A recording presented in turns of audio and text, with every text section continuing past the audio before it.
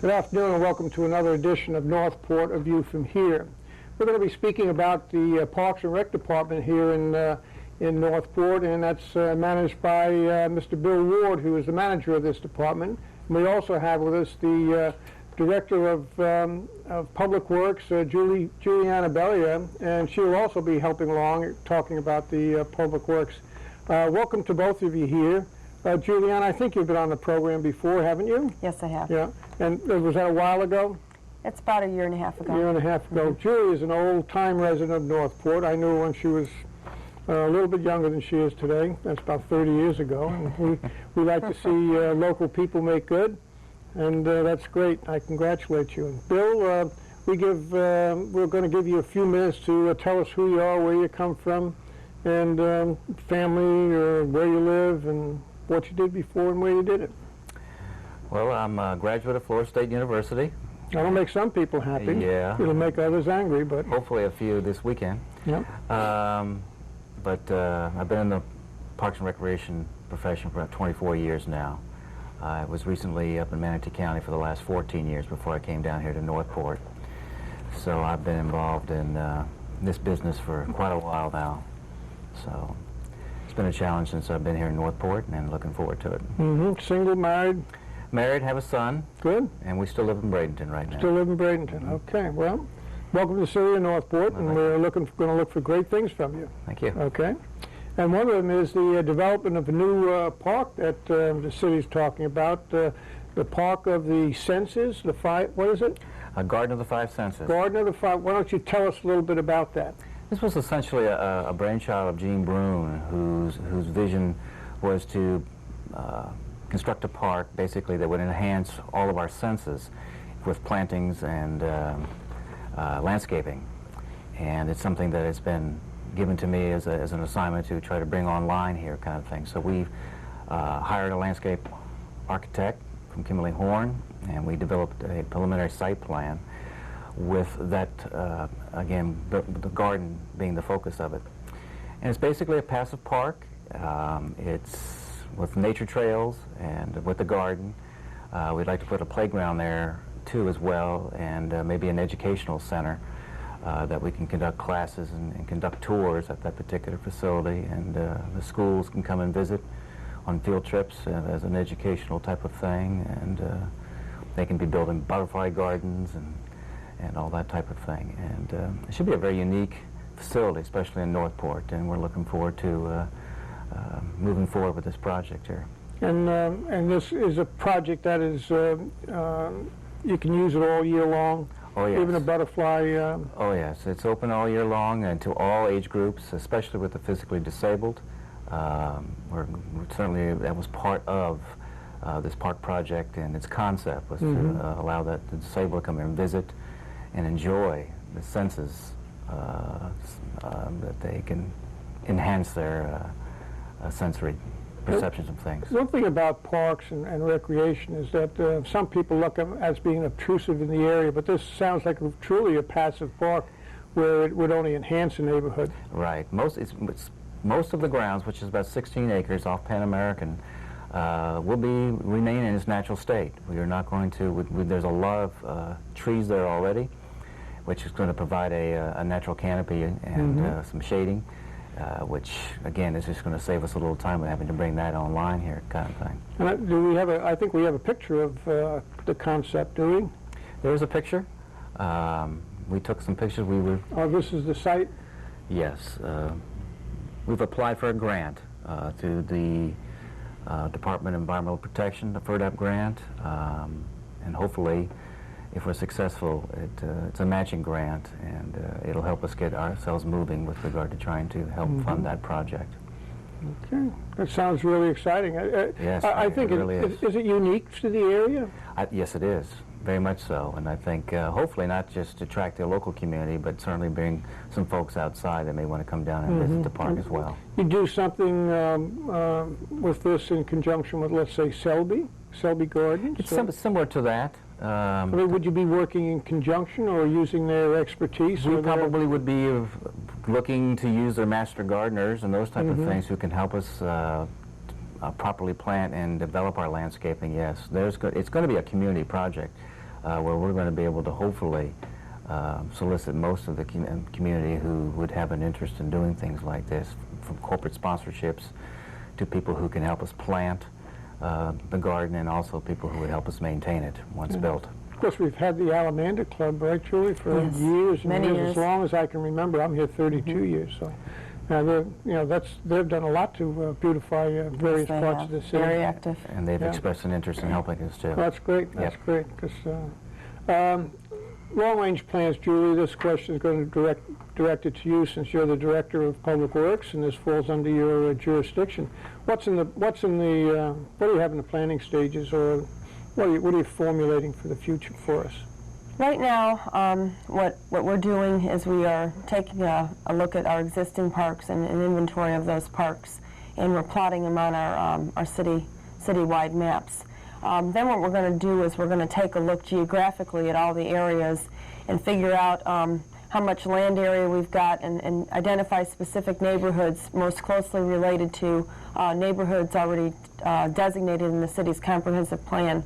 And from that point, we're going to try to figure out how much population might be within each of those neighborhoods, and then identify exactly how many parks are needed in those specific geographic areas. And then from that, we'll determine, do we need passive parks, neighborhood parks, community parks, and so forth. Okay, and so anything other than a designated passive park like that has some kind of activities, whether it's shuffleboard, swings, Yeah, we would maybe a have little ball field parks or with something. recreational amenities, whether they be for the small children, for toddlers, or for teenagers or adults. The fire department and the police department have a formula that they use to determine how many firemen or policemen are required to service, say, 1,000 people. Do you have a similar formula? Is there a similar formula to Parks and Rec that's a good number? There are standards that we use. It's basically based on population. There should be a standard where one neighborhood park should be for, I think, about 5,000 residents, if you will. And it goes up to one community park, 1 to 20,000 in that general vicinity type of thing. So there's a standard that's used through the National Recreation Park Association. They may be getting a little bit away from that population standard as opposed to maybe acreage or what's based on the needs and interests of the community. And that's where they would try to... So it's more becoming more objective than Exactly. Just a number. Right. Okay, with that, we'll be back in a moment. Have you seen Northport lately? Take a minute and take a look.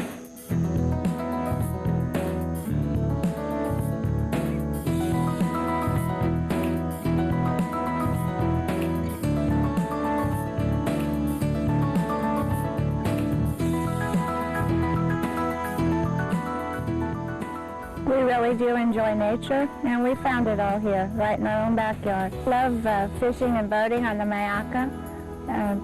You never know what you might see out there. We toured the whole state of Florida and found that Northport had everything that we wanted. There's a lot of natural beauty, and there's a lot of wildlife here. I love the open spaces, and I love the quiet. If you're intrigued by what you just saw, pay us a visit, and you'll see a lot more. Well, welcome back, and we had Bill Ward with us today, who's the manager of our Parks and Rec, and Julie Bellia, who is our director of Public Works. We're going to talk to you, Bill, the skate park.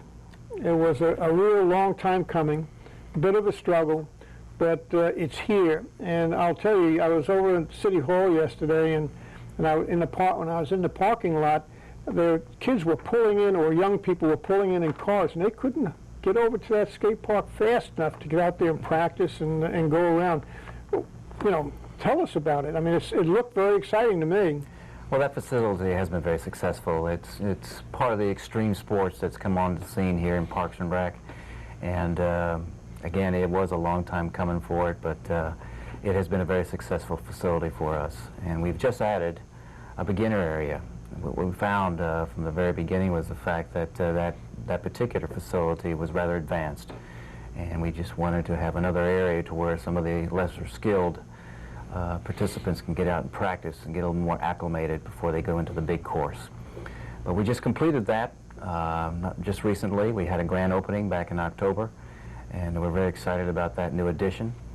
And also, too, we're still waiting on a concession restroom building that's going to be placed out there in the very near future, which will help support the facility and give the participants a little bit more of a convenience in terms of being able to get some refreshments and be able to use the restroom facility there. And then once that's in, hopefully we'll be able to do a little bit of finishing up on some of the drainage issues there, and then we hopefully will do a little bit more landscaping and bring some new park furniture in there just to enhance the facility even more. So it should be a real nice full-fledged facility here in the very near future. Will there be competitive events there? Yes, we have been doing that. We had about 4 of them this past year, and we are planning on having some more. I think we might be doing something in the new year.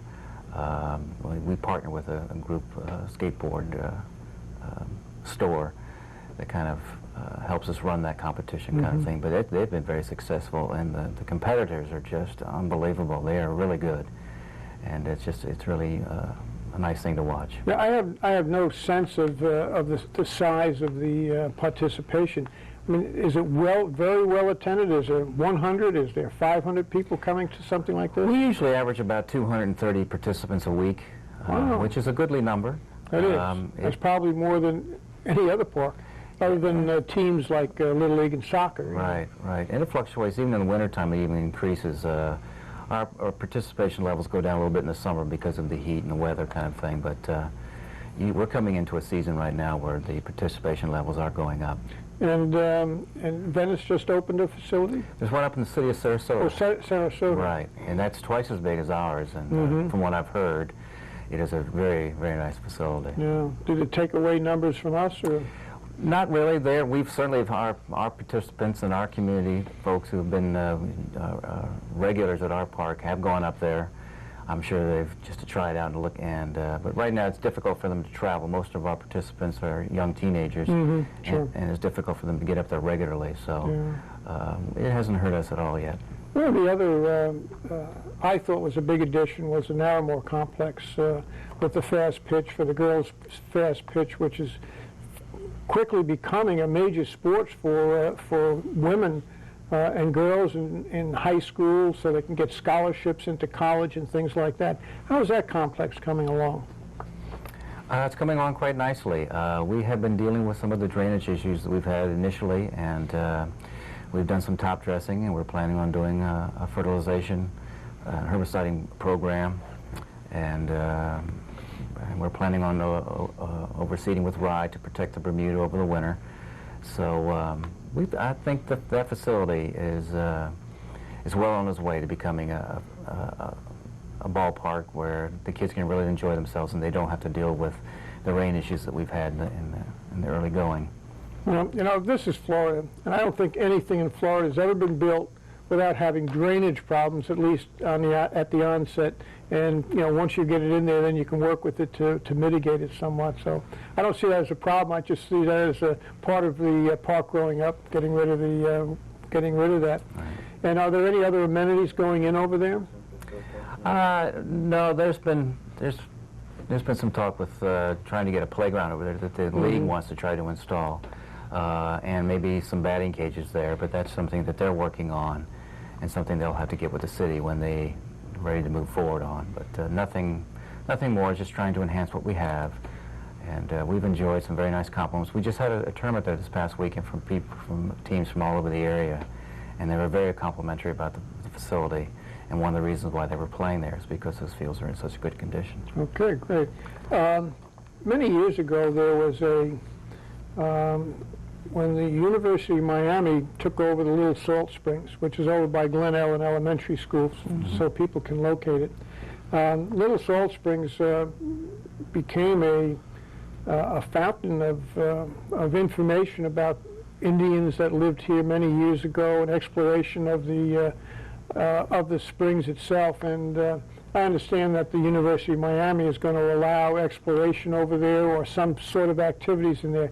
Give us a rundown on that, because I know there's a lot of people in town that would really be interested in that. Yes, I've just been contacted by Steve Koski, who's the director of the Archaeological Society in Northport and at Warm Mineral Springs, and they're developing an advisory committee to bring this park online. They had some land swapping going on with Sarasota County and some private owners, and they've got enough property over there now to where they want to make a public park and preserve it as an archaeological site. And this advisory committee basically is just going to kind of discuss the type of park amenities and what really needs to go in there, and this thing is being spearheaded by Sarasota County Parks and Rec. I mean, there's just a wealth of information over there. There's a dried-up riverbed, and alongside of it is graveyards, and down below the water there's evidence of ladders being put in, wooden pegs being put into the wall so you can climb up this, and tortoise shells that were used down below, and it's just a phenomenal. And there was an on-site archaeologist there for a long time. I just can't remember his name, and found an awful lot of stuff. I mean, when I say stuff, I just don't know how to describe it. That's what it is. And that's what they want to preserve, and that's where they want to allow the public to get down there and be able to discover those type of things. So it's a unique concept, and it's something I think that Northport's children are going to enjoy. Oh, yeah, absolutely. We have an advisory board for the Parks and Rec. Explain the advisory board to the folks at home, and if they're interested in getting on that board, what they need to do and how it operates. Well, it's a volunteer group who are interested in parks and recreation, and it's a very simple process of getting on to the board. There's an application that just needs to be filled out, and then they're approved through the City Commission. Right now, we only have one student vacancy and two alternates that is vacant right now. So we're almost full-fledged, and basically that's what and they come together and talk about Parks and Rec issues and the future parks in Northport, and and then basically they're representing the city and the community on what's needed there. And what is the time element with something like that? For if someone was to join. Basically, we meet once a month, the third Thursday of every month, and again, it's just for a couple hours each evening, and we just discuss those type of issues, and it's not really time-consuming at all. And again, we welcome anyone who's interested, and certainly it's open to the public anyway. So if you're not able to sit on the board, certainly you're able to sit there and enjoy the conversation, and you can even get involved in it. So at least there's some input that way. I'm pleased overall with what's going on in the city. I remember 30 years ago there was nothing here. There was a couple of shuffleboard courts and what else. We've talked mostly about young people. When we come back in a moment, we're going to talk about those facilities or functions that maybe the retirees would be interested in also. There's a rumor that small-town America has all but disappeared.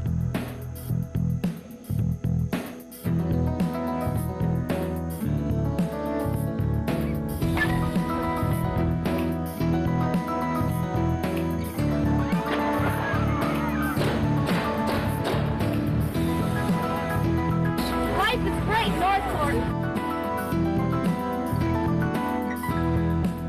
Northport is the last Mohican. This is the place. This is going to be the last undeveloped region. The city government itself is so pro-growth, and it's just like everything is in the right place at the right time for Northport. They're very open-minded, they're very honest, and they're very fair.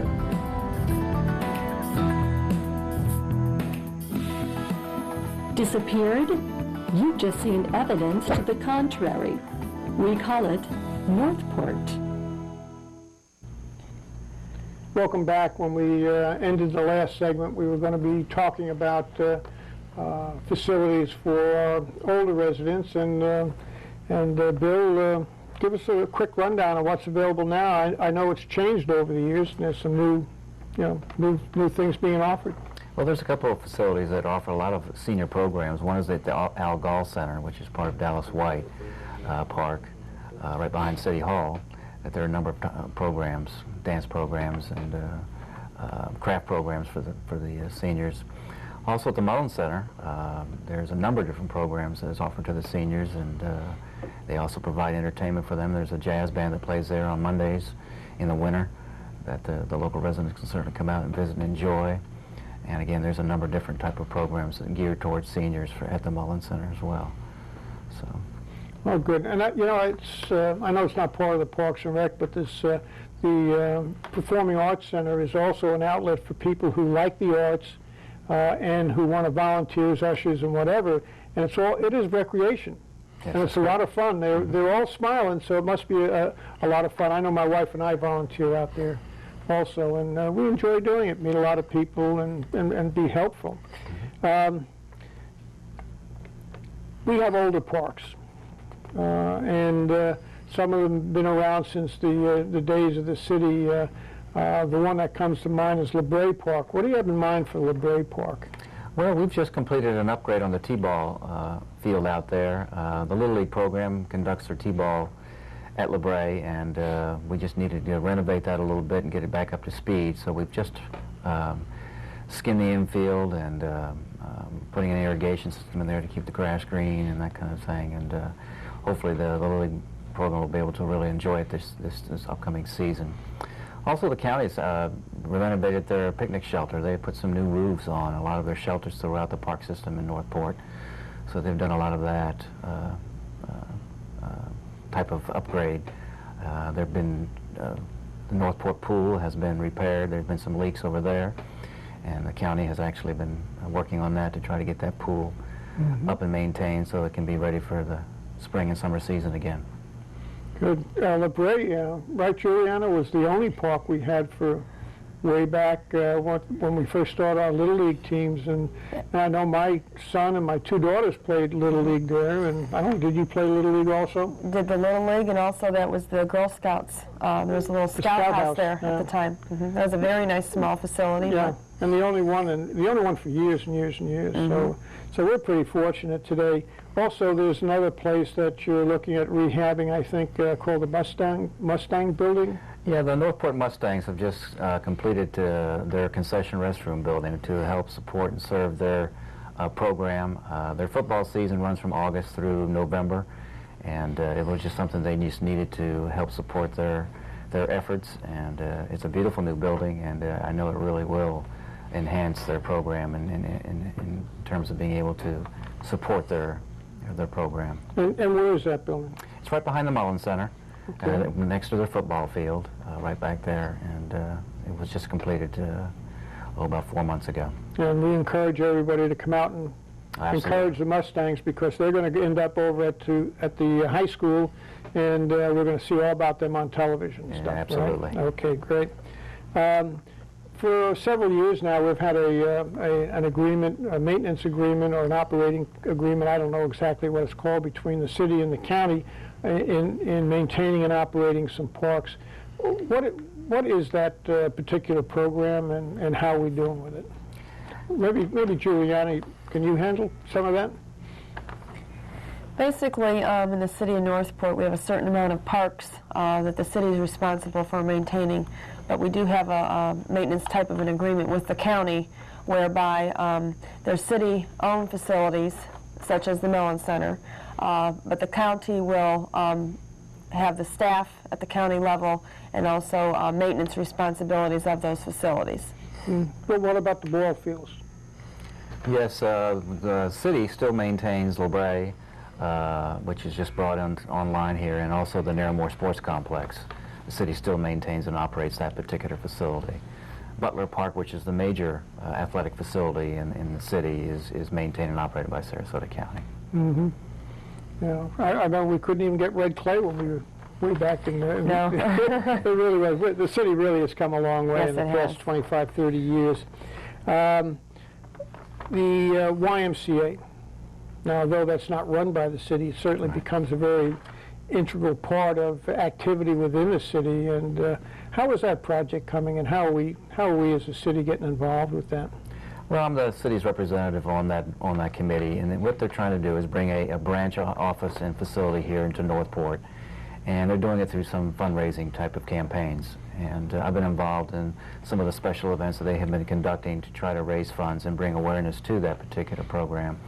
And it's going quite well. We have one coming in the new year. Again, it's going to be kind of like a block party type of thing, where we have live entertainment and some carnival booths and those type of things that welcomes the community out and gives them an opportunity to enjoy themselves and just to see and hear some live entertainment. So it's going quite well, and again, our relationship with the city is trying to help support that effort. Well, it's a worthwhile, noble effort. Oh, yes. And, Yes, and indeed. I know a lot of people would very much like to participate in it. Juliana, we've been neglecting you, if you will, here. You've been getting away with murder, I don't Yes. know which. But as Director of Public Works, besides having Parks and Rec, what are some of the other areas of responsibility that you have? We have our Road and Drainage District, which is our field division. We have our Sanitation Department, which handles all of the trash and the recyclables. We have bulk pickup at the city. The first week of each month, we pick up any bulk items. You can put them out at the curb, and that's a great service for the citizens in the Do city. they need to call? No, they just, it's in the annual schedule that they receive, and it's just common knowledge of the residents. The only time they have to call, that excludes what we refer to as white goods, such as your appliances, refrigerators, stoves, etc. There's a nominal fee for that to have a special pickup. But other than that, you can basically put just about anything out at the curb.